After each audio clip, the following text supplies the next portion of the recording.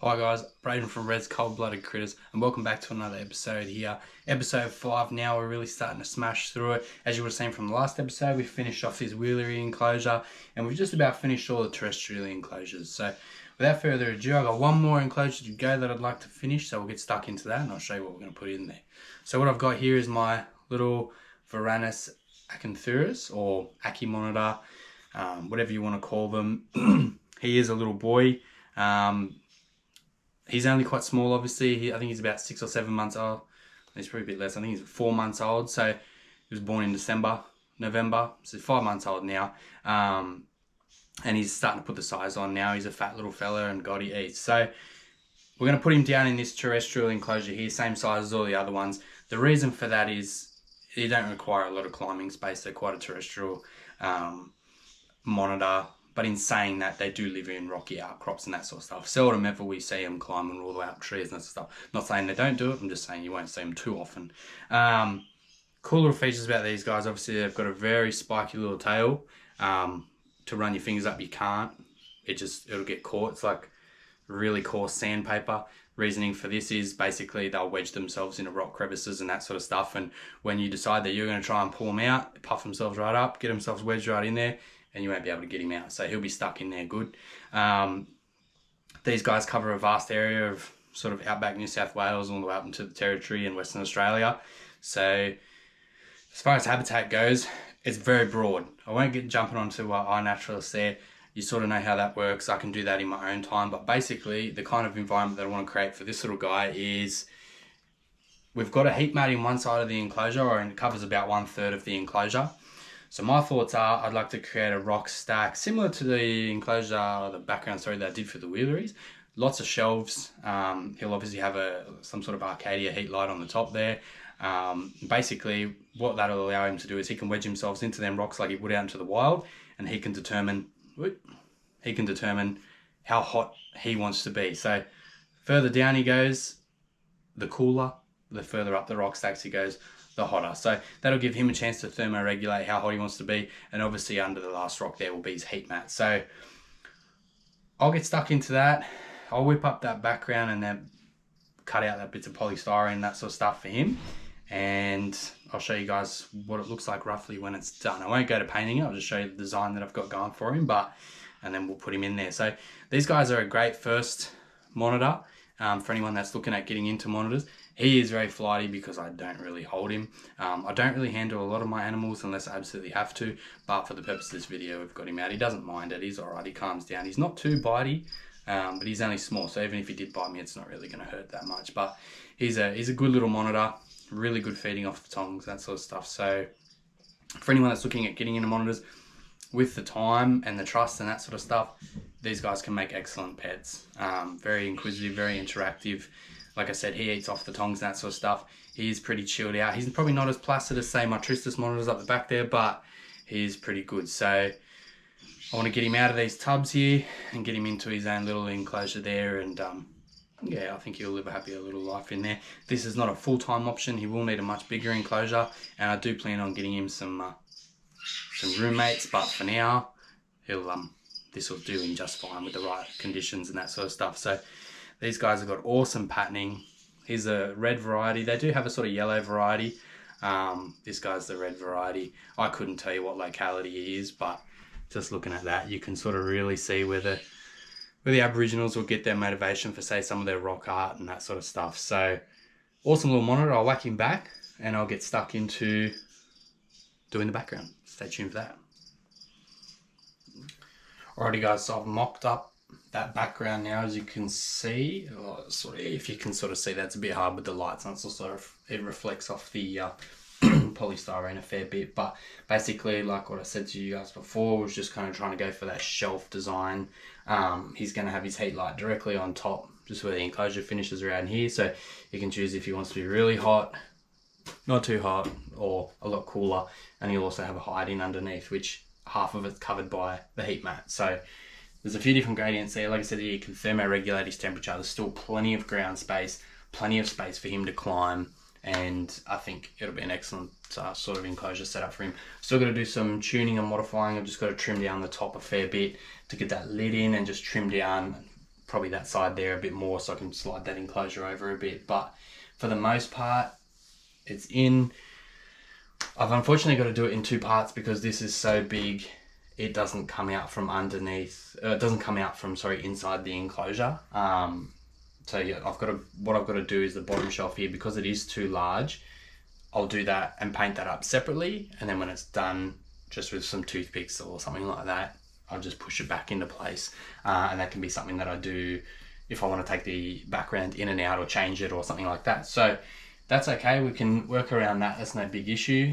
The hardest part being just gonna get that tile pointing in amongst the cracks, but what I'm gonna do, won't do it tonight, what I might do tomorrow afternoon is I'll get out the tool and I'll just start shaping away at that and trying to add some detail and depth and whatnot, and then I'll get it back out and get to tile pointing it. And yeah, it's a bit of a hard one to do. I can't really do this one in the enclosure either, given that there's lots of shelves and that sort of stuff, so I don't really want it spraying everywhere, and I haven't really packed up or taped up the sides, so it'll just end up going everywhere, so I want to avoid that. But that's done. I think that's looking good. There's, like I said, there's still plenty of ground space, heaps of space for him to hide. He'll be fine, he'll love it. So I will get to cracking on that, and I'll see you in the next clip.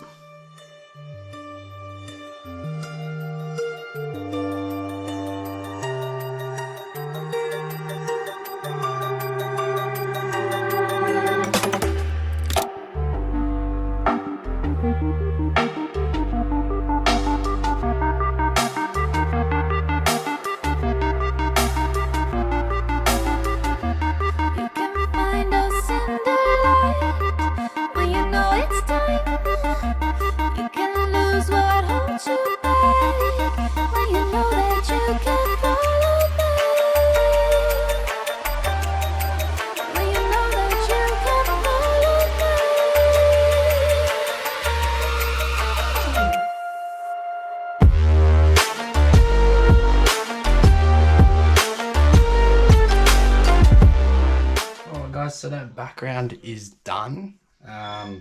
It turned out really good. I actually made a few big mistakes with it, and I think it worked out for the better. When the tile pointing was drying, I left it out in the sun to continue to dry. Unfortunately, a big storm come over and it completely drenched the background. Luckily, the tile pointing is water resistant, sort of waterproof, but the final layer of tile pointing that I did put on it got drenched, and what it ended up doing was it actually created a really sort of sandy textured surface, washed away a lot of the colour and whatnot, and left behind a lot of that sand and grit that you'll find in the tile pointing. So it actually worked out for the better, and I think it looks excellent. It's got a really nice sort of sandy finish to the top, lots of different colours and textures. It's got that black wash in amongst parts of the cracks and so forth, and it's quite a naturalistic sort of looking background, and creates them shelves and stuff that you might expect to find the Ackie monitors in the wild. So it's a decent colour. I'm going to throw some sand in there.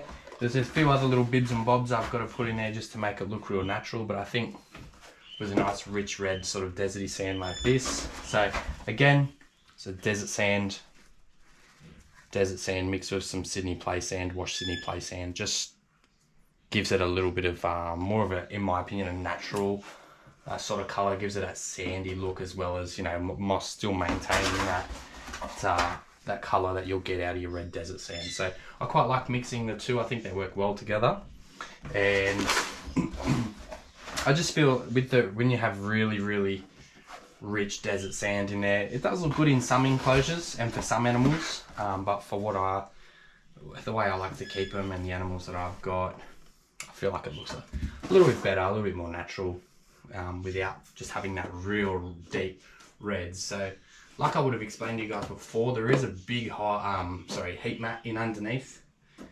This ledge here covers pretty much the vast majority of this ledge, so he'll get a bit of underfloor heating because it is quite warm. I can control. There's a little knob, a little dial, you can't see it, but it's in under the enclosure here, that I can control how hot I want it, how cool I want it, and so forth. So in the summer months, if it's a little bit too warm and I don't feel like I need it, I can turn it off. And in the winter months, as like what we're coming into, basically, I can turn it right up just to throughout the daytime there, to simulate that sort of real hot weather that they would experience out where they're from. hardest part is, with this background, is getting that sand in underneath there to cover that area. But we'll get there. I'll move it around and I will finish putting a lot of this stuff in, and got a few little ornaments, sorry. Just a nice little sort of log, sort of dead looking log there. We can whack in there, throw a bit of our grass. I have made up some of them little holders like what I've demonstrated in previous videos. Have I finished them to put in this enclosure? Not quite yet. So for now, for the interim, this will do, but I will finish them and just put some more of my grasses and stuff in there, and so yeah, spread this, break it up. I think we'll get, I just got to put a heap more sand in here basically, and then yeah, I'll be able to throw the animal in here. There is a light up here. It's just a standard sort of like a UV sort of light you can get in around the house. It's on the Grid Connect system. You can control it with your phone. However, it's not something that you would get the animals in terms of like a UV lighting. It wouldn't benefit them. The UV content or rating or whatever from that isn't good enough to help them grow, etc., or to stimulate sort of the natural light that they would get from the sun. So I will be getting an Arcadia lighting, UVB light. When I do get that, I will show you guys. I probably should be here tomorrow. I did order it online, so when I do get it, I'll show you guys. And then yeah, so you have that. Have a nice heat light just situated on top here with a bit of a dome cover, and basically the top shelf here would be really hot, not quite as hot, and a lot less hot. So he can control how hot he wants to be, and yeah, it's entirely up to him, and I think it looks alright. I'll finish doing it up, I'll put him in there, and I'll get some footage of him in there and how he stalks around in there and has a bit of fun. So I'm pretty happy with that. Alright, we need to whip up a background for this enclosure here. I did previously, you probably would have seen in some of the other clips, I did previously have a young pair of Tristis in here. However, I've had to move them into two separate enclosures because one was eating a lot more than the other, and I want them to grow nice and healthy and both sort of at the same rate. So in order to do that, put them into two separate enclosures, and as it sits, they're happy and they're fine. So we'll get a better look at them at a later episode, but I need to build a nice big background with a nice big sort of ledge here, as I've got a large adult breeding pair that I'm picking up this week, and we need to get them in here, and I want this enclosure looking excellent. So this here is the 120 by 90 by, I think it's 60 deep Reptile One enclosure. You would have seen me put these together in the first episode. I'm not going to do a full back around that wraps around both sides and the back. The plan is to do a half, sort of one side and the full back, and just leave one side bare. So I do have a hollowed out log here in the corner, courtesy of some good mates of mine. They were able to pick that up for me. That's been treated and looked after. I do still have this excellent big branch in here that'll serve as a nice sort of basking spot, gets them up nice and close to the light, and it's quite warm. So what I need to do is, just for the temporary, I need to get this out of here. That log can probably stay in there for the interim. I need to move a lot of this substrate and bedding out of the way, and then what we need to do is get some of my big sheets of polystyrene, get it into place, and work out sort of what color and theme we're going to go with. These guys, I will give you a better look at them in the next clip. But these guys are the most widespread monitor in all of Australia. They cover basically all the way from the western coast of WA right the way through to the eastern coast of Australia, and all the way down into South Australia, getting towards the Great Australian Bight there. So they cover a huge area, starting off with the Tristis Tristis up in the top and the western side of the Australia, moving all the way over to Tristis orientalis. So I only have Tristis Tristis in the Pilbara locality, so they're a little bit lighter individuals, not quite as dark as the Perth Hills, which come from they're a bit more southern in the WA there. Yeah, still nonetheless, they're excellent looking animals, and my two little ones that I've got are awesome little critters, very active, great feeders. So I want to keep it that way, and we'll get a better look at the pair. I'll probably show you guys the pair in the next clip, but what I need to do is I need to get started on this background. So I'm going to jump over to my iNaturalist there and have a little look around. Best part about it is, like I said, because they're such a widespread monitor, you can play around with the colours. They do come from areas with really rich rock red rock sort of areas or more orange, like in Uluru and so forth, and then right the way through to the east coast of Australia, where they start to sort of, you start to see a bit more of that sandstone sort of colour, the greys and that sort of stuff. So widespread area.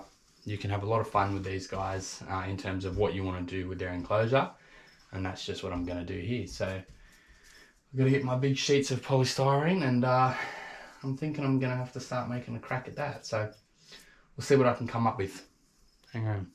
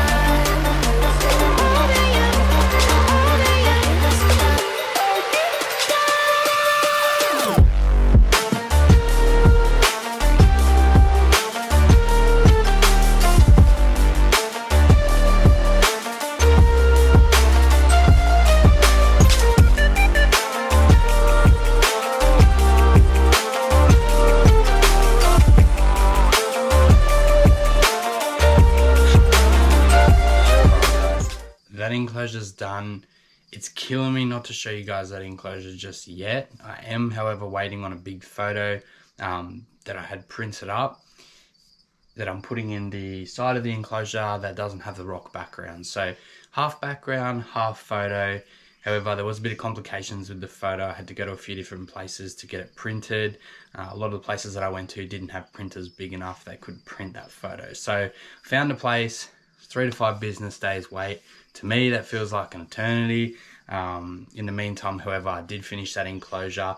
I finished doing the grouting. I did a bit of a time lapse that you were seeing in the previous clip, but I didn't do a time lapse that covers the whole process of me painting out the background, because then the enclosure would just blow right out again and it's just going to be a video of me painting. So I finished that in my time, sprayed on that black paint, added some depth into some of them cracks and crevices and stuff that I've put in there. What you would sort of see just peeping away inside of the video here is some of the grasses that I made. So I'll show you, basically from Bunnings, they have a really big selection of fake plants now. I have, however, already chopped this one down, so bear with me. But this is just what they call, I think it's spring onion grass or whatever from Bunnings. I think it's $33 for the whole pot before you cut it up like I did. And what I've done was I just bought some light browns and some yellow spray paint and just spray painted that grass to make it look real deserty.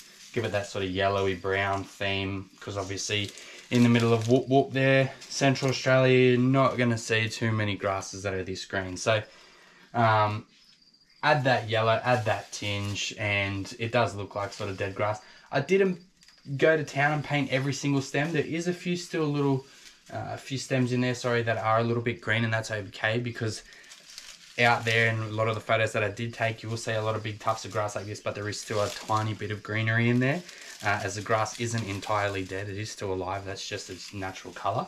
So I've chopped that down. However, just pick the sizes and that you want. I did it with a pair of side cutters.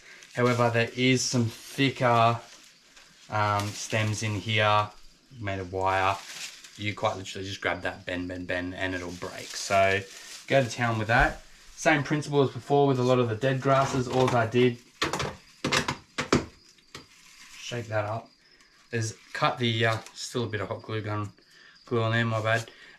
Cut your foam, break it up, paint it up, stick it through, hot glue gun it, and there you have it. So that's a nice little tuft of grass. It looks natural, and when put into the deserty sort of themed enclosure like this one, as you would sort of see from the corner of the video, it looks great. So I'm just waiting on that photo.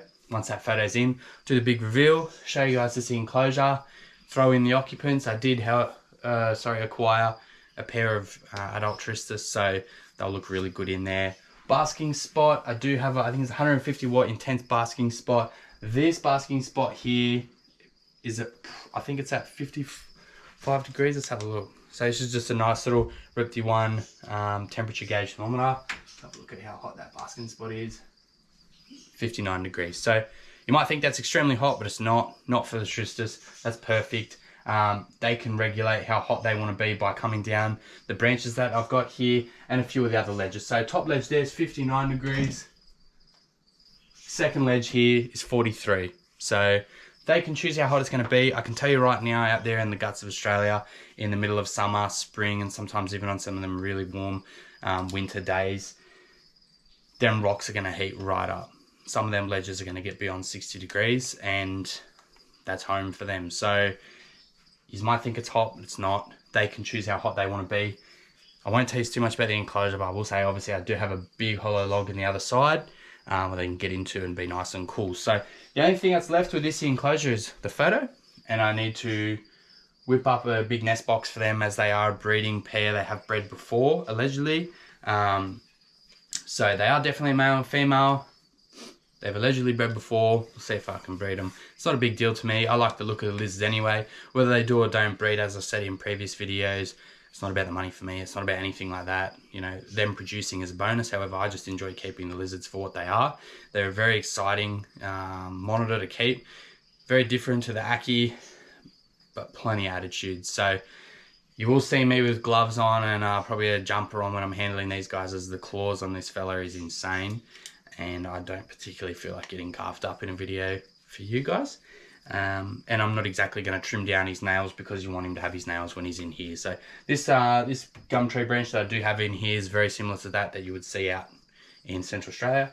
And it's quite a smooth sort of texture. So him having the longer, sharper claws is perfect for him. So what I will do off camera, you probably won't see me do it, is I will whip up one of these nest boxes, and I'll just throw some polystyrene around it and shape it up, make it look good.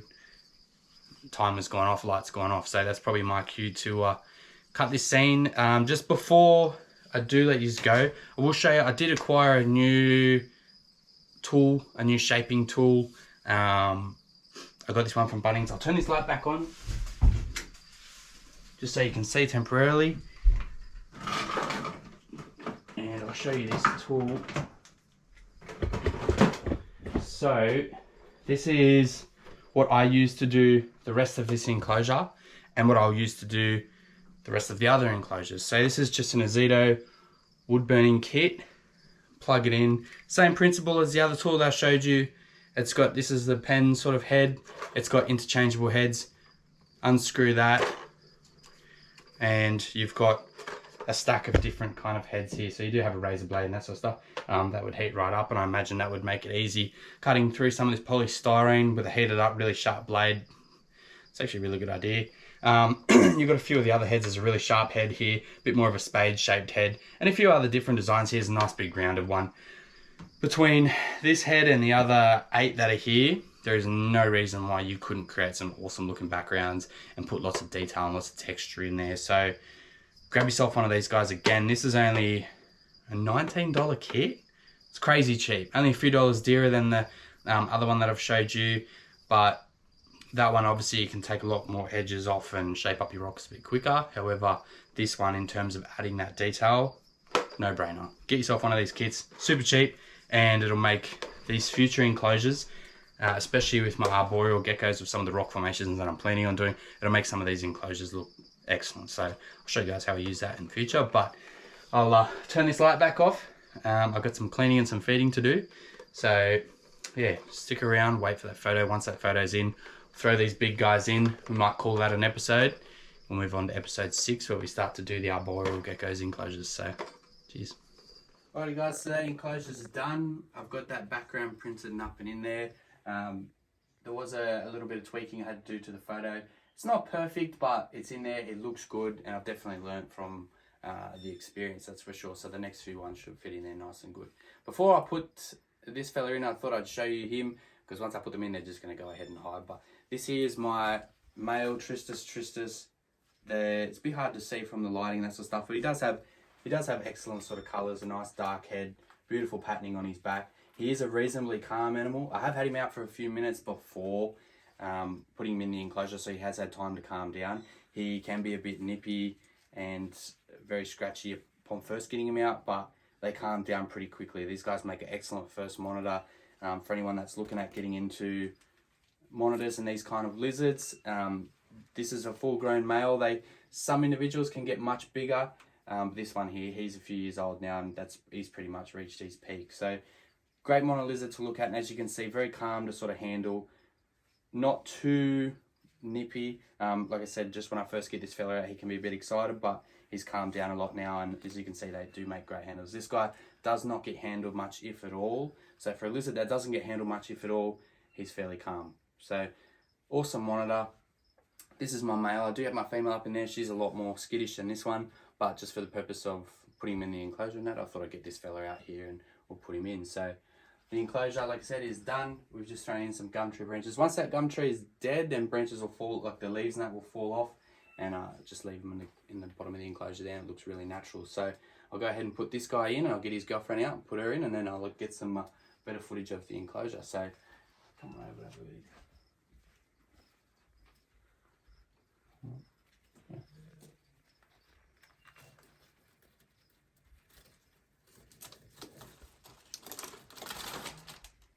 Hopefully he doesn't jump out, but he's alright.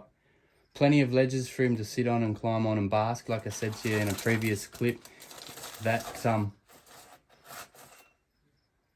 top spot there is about 60 degrees, and it gradually gets cooler down to the branch here, but gets around 30. So they've got plenty of room, plenty of places to sit on, bask and hide and so forth. And he'll be loving that. So I'll get his girlfriend out, whack her in, and I'll get some better footage.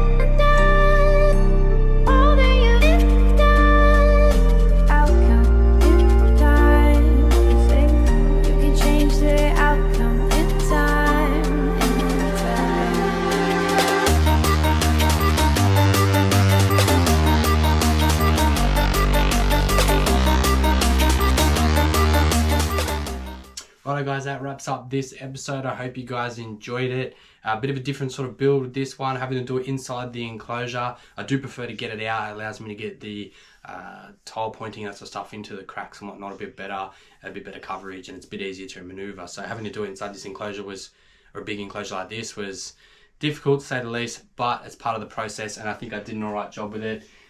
I've got the occupants in there, my adult pair of Tristis monitors, and they seem to love it. So I've been watching them. I've got a little camera set up here just to keep an eye on them throughout the day, just to see what they get up to and that sort of stuff. And as far as I can see, they absolutely love it. They go crazy in there. So that's the main thing for me. Photos in, backgrounds in. As you probably would have seen from the video where I put the adult male in there, it's gone straight up to the top of the enclosure, up the top of that rock wall, and straight down the back. What I didn't notice was that there is quite a large hole, in the back of the backgrounds where the 2 bits of polystyrene meet. So I didn't account for that. I didn't know that that was there until basically they disappeared. So I had to pull that whole background out, fill it with some steel wool, just to cover up them holes and that sort of stuff, rather than fill it with filler foam or anything like that. I figured steel wool, I can put it in there, it closes up the gap nice and tight, and I can change it if I have to, whatever. So that's in, they're in, they love it, I like it.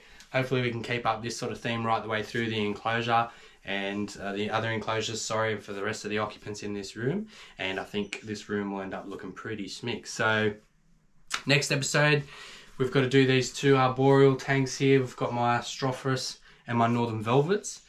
So we're going to do a half background, half photo type theme for these guys as well. And I'll be doing that background outside the enclosure rather than in. So if that's something you think you might like to see, stick around. That'll be next episode, and we'll get stuck into that. And we'll probably throw some live plants in this one, try and spice it up a little bit. I said at the start of the series that I want to try some enclosures with some live plants, and I feel like this is the perfect opportunity. And I feel like these guys would really benefit from some nice greenery and just to sort of spice that enclosure up for them. So yeah, like I said, if that's something that you're into, stick around for that. That's the next episode, and I'll be getting stuck straight into that ASAP. So yeah, I hope you guys like this episode. If you haven't seen the last episodes, jump on over to my channel, check out the 4 episodes leading up to this one. And yeah, if there's something else that you want to see, let me know. And yeah, until then, we'll get cracking on to episode 6. Stick around.